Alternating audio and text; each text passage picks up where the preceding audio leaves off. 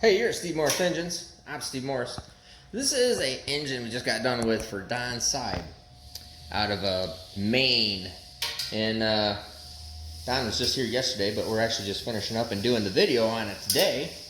Another small block Ford. And I got another small block Ford coming up again, which is just, like I said, kind of rare. Now this one, as you can see, methanol with two sets of injectors, so it's 220s per cylinder. Billet intake manifold, 427 cubic inch. It's our normal deal. So 427 cubic inch, solid roller, obviously. This has a set of trick flow heads on it, so it has some parts on it that Don already had. So we kind of finished building the whole engine. He ended up taking it back, putting it in the car. Then he changed his mind, then wanted to upgrade so we could make some more horsepower with this thing. As you can see, all our normal good parts, a Holley EFI on this one, coil end plug, like I said, methanol, running V6, the new Holley software, which is nice because we did have a cam sync issue with this, and so it definitely fixed that. You can see dry sump, got a Peterson oil pump down there. Now this is a 36-1 tooth wheel. And we'll probably go over some of this EFI stuff on the Steve Tech videos as we get around to that. But pretty interesting.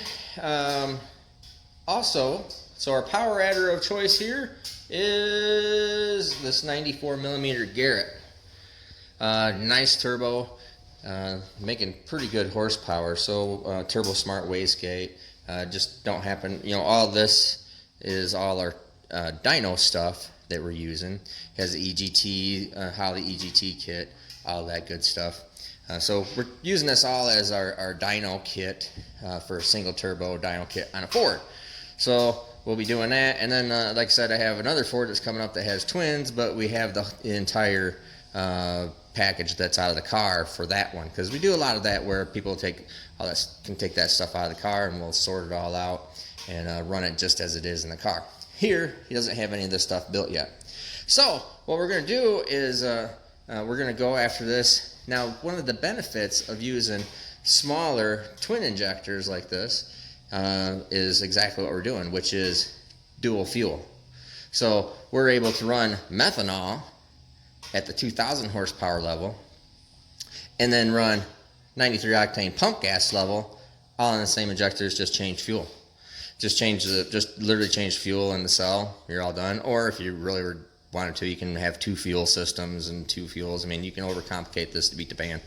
But that's how we're just doing this. So easy, something he's going to be able to drive. This is a streetcar deal, so he's going to drive it and race it. Race it on methanol, drive it on pump gas. So what we're going to do here first is we're going to run this just directly on wastegate spring pressure. That's it. No boost pressure added to the dome. Nothing, and then we'll come in, we'll make a change, and then we'll run this thing on high boost and be right there at that 2,000 horsepower level. Can it make more? Yes, we can probably lean on it, make a little bit more. Don's goal was 2,000 horsepower. It's in a nice, safe, easy, sweet spot right there. Will that turbo support more horsepower? Yes, it will support a little more horsepower, but that's not what we're trying to do. We're not trying to be maximum performance on this turbo. It's not a class car. It's nothing like that. So anyways, I'm going to put the camera out on the tripod, and we'll go out there and we'll make a hit on this thing and look at the numbers on pump gas, and then we'll make a changeover and take a look at just the fuel change and tune change. And this thing is making over 2,000 on methanol.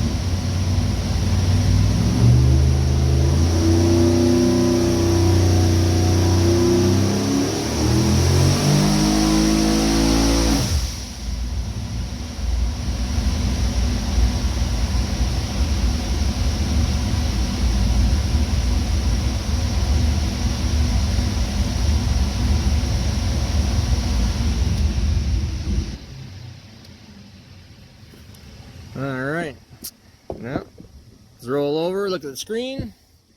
This nice, easy, like I said, directly on wastegate spring, so we're not adding any boost to it. And I'll show you the boost curve here in a second.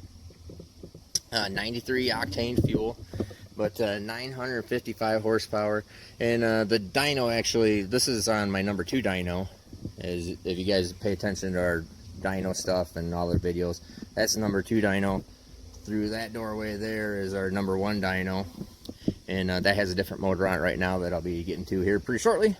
And so anyways, this number 2 dyno, it's my bigger dyno, and at these lower horsepower levels, it starts catching it really hard up here and just slows it down. Long story on how dyno absorbers work, but anyways, and it would maybe, you know, it's rolling over right here. It maybe make, I don't know, 950 or 960, 970 maybe at most. But that's all on the wastegate spring. 780 foot-pounds of torque. See it broad climbing, nice, smooth, easy. We'll look at our boost here, and I'll show you that. Pretty good. And like I said, always these small turbos, big turbos, when we're not leaning on them, they just always make this really big horsepower numbers on small boost, because they're just in a really efficient stage, really efficient spot. I mean, you can see boost right there coming all the way down, so it starts at 4.5 and ends up there at 6.5 at 6,600.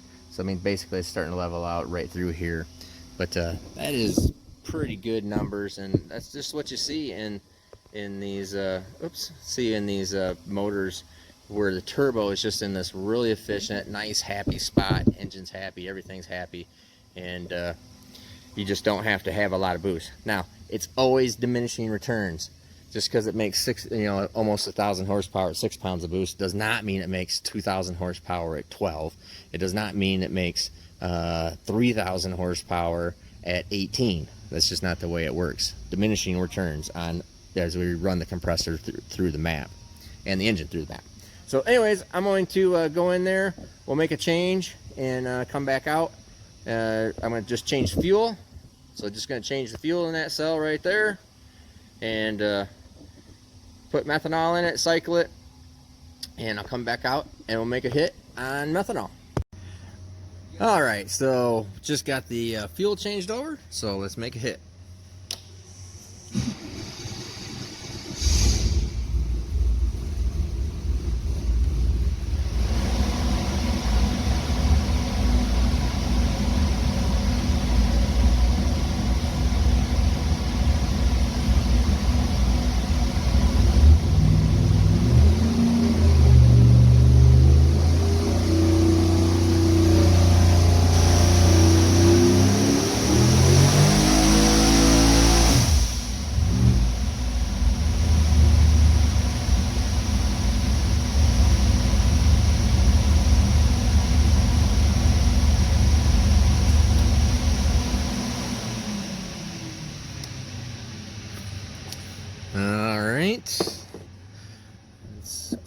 Let's go over here. Now we'll look at on methanol and what kind of boost it takes to do this. So obviously we've already run this thing, and so I'm just showing you the next tune, or already done all the tuning on this. So I just swapped it back to gas and swapped it back to other methanol, just to show you what all was going on. And as you can see here, we are at 2004 at 7,600. Nice. Just flattens off up here. That's just where I'm at with boost. Like I said, we can add a little bit more out here. Throw some more boost at it, throw some more dome pressure at it. It will make more horsepower, but that's not what Don wanted, and so that's not what Don's getting. But we can always change that stuff around at the racetrack. And as you can see here, 1492 in torque, right up through there. And so what we'll do is we'll go over here and look at the boost, and I'll zoom in on that so you can see it a little bit better. So that started out at 15 pounds of boost, and then 21 at 6, 7,000 is 27, and we made it up, just tickled 29 pounds of boost, so 28.9, 29 pounds of boost. Oops, sorry, right here.